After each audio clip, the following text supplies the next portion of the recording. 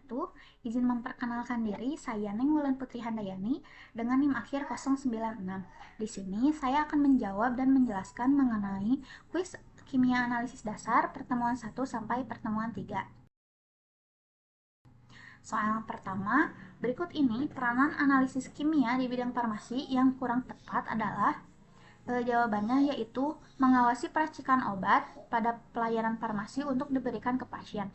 Karena analisis kimia merupakan kegiatan laboratorium untuk menguji kandungan dan kualitas obat, bukan untuk mengawasi peracikan obat ke pasien. Karena mengawasi peracikan obat adalah tugas apoteker di pelayanan farmasi, bukan bagian dari analisis kimia. Analisis kimia mendukung secara tidak langsung seperti memastikan obat aman dan sesuai standar. Kemudian nomor 2, suatu senyawa kimia yang akan dianalisis dalam suatu sampel disebut analit. Analit adalah suatu zat atau senyawa dalam suatu sampel yang diukur dan dianalisis. Sedangkan jika blanko itu larutan tanpa analit, kemudian reagen itu bahan kimia yang digunakan untuk bereaksi dengan analit.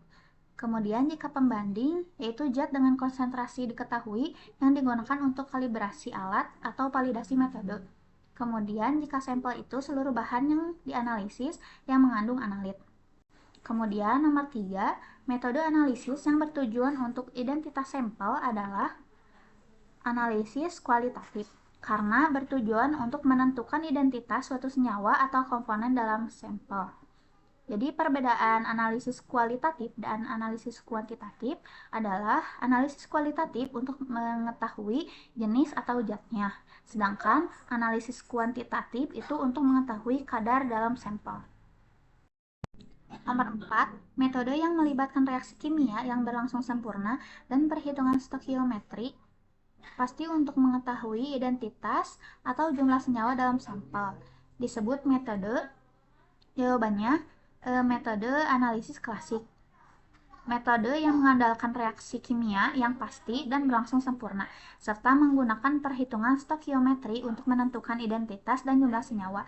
Contohnya, titrasi asam basa. Tidak menggunakan alat canggih, tetapi hasilnya akurat jika dilakukan dengan benar. Nomor 5, berikut ini merupakan contoh analisis semi kuantitatif adalah jawabannya C, yaitu uji batas logam pada bahan baku KCl. Karena analisis semi kuantitatif merupakan tes yang hanya memberikan perkiraan jumlah, bukan angka yang pasti. Pada uji batas logam, tidak menghitung berapa kadar logamnya secara tepat, tapi hanya mengecek apakah logam berat masih di bawah batas aman atau tidak. Nomor 6, berikut ini yang termasuk metode analisis kimia modern adalah jawabannya D, yaitu spektrofotometri ultraviolet visible. Itu salah satu metode analisis kimia modern karena menggunakan instrumen canggih, lalu mengukur intensitas cahaya yang diserap suatu larutan, kemudian memberikan hasil cepat, akurat, dan sensitif, juga sering digunakan untuk analisis kualitatif dan analisis kuantitatif. Dan juga menggunakan alat yaitu spektrofotometer.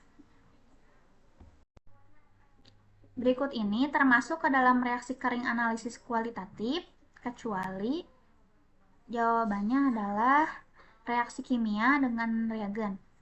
Karena reaksi kimia dengan reagen itu bukan termasuk reaksi kering, yang merupakan reaksi basah, karena menggunakan cairan atau reagen yang melibatkan reaksi dalam larutan, bukan pemanasan atau pembakaran. Karena reaksi kering itu tanpa larutan, biasanya dipanaskan.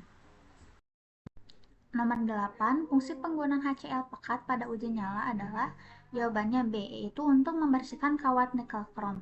Karena dalam uji nyala, kawat nikel krom digunakan untuk menempatkan sampel sebelum dibakar. Namun kawat ini dapat meninggalkan sisa dari sampel sebelumnya, maka dari itu dibersihkan menggunakan HCl pekat. Berikut ini kation yang memberikan warna hijau kekuningan pada uji nyala adalah jawabannya C, yaitu barium. Karena jika natrium pada uji nyala itu warnanya kuning terang, kemudian magnesium warnanya tidak jelas atau tidak memiliki warna yang khas, kemudian kalium itu berwarna ungu, dan yang terakhir kalsium itu berwarna merah bata.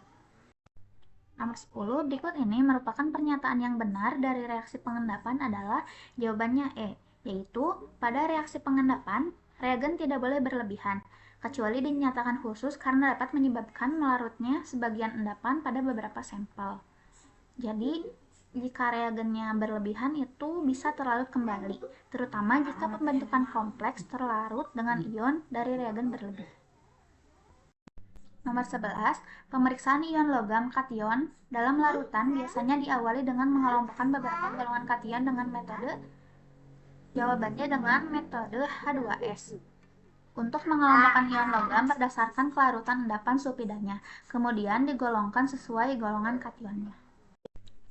Berikut ini tahapan analisis senyawa anorganik untuk blend identification yang benar adalah jawabannya B, yaitu pemeriksaan pendahuluan, pemeriksaan ion logam, kation dalam larutan, pemeriksaan anion dalam larutan, dan yang terakhir kesimpulan. Karena tahapan analisis senyawa anorganik untuk identifikasi zat dilakukan secara sistematis.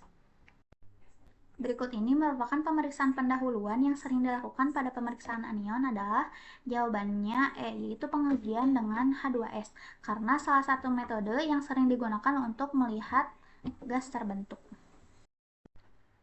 Pada reaksi analisis golongan kation, klasifikasi penggolongan kation berdasarkan sifat kation terhadap beberapa reagen di bawah ini, kecuali yaitu H2SO4 karena diklasifikasikan berdasarkan kelarutan endapan saat direaksikan dengan reagen tertentu.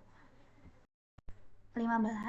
Apakah senyawa yang menghasilkan endapan putih pada reaksi penggolongan 1 yang tidak larut dalam air? Jawabannya yaitu AgCl.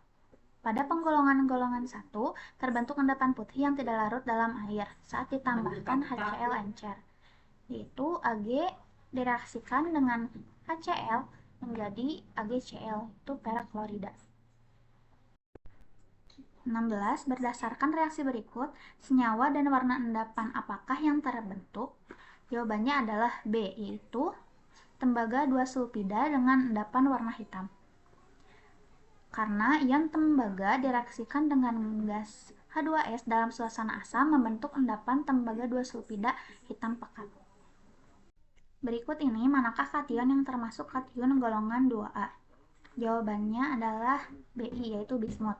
Golongan 2A adalah kation logam berat yang dapat membentuk endapan dengan H2S dalam suasana asam dan endapan tidak larut dalam amonium sulfida. Reagen apakah yang digunakan pada penentuan kation golongan 3 sehingga membentuk endapan sulfida? Jawabannya adalah B, yaitu NH4Cl ditambah NH4OH dan dialiri gas H2S. Karena kation golongan 3 adalah kation yang hanya akan mengendap sebagian sulfida dalam suasana basa lemah, karena dalam suasana asam sulfidanya terlalu larut. Fungsi NH4Cl di sini untuk menjaga pH agar tidak terlalu basa, kemudian NH4OH menjaga suasana basa lemah, dan H2S ion S-nya untuk bereaksi dengan kation membentuk endapan sulfida. Berdasarkan reaksi berikut, senyawa dan warna endapan apakah yang akan terbentuk?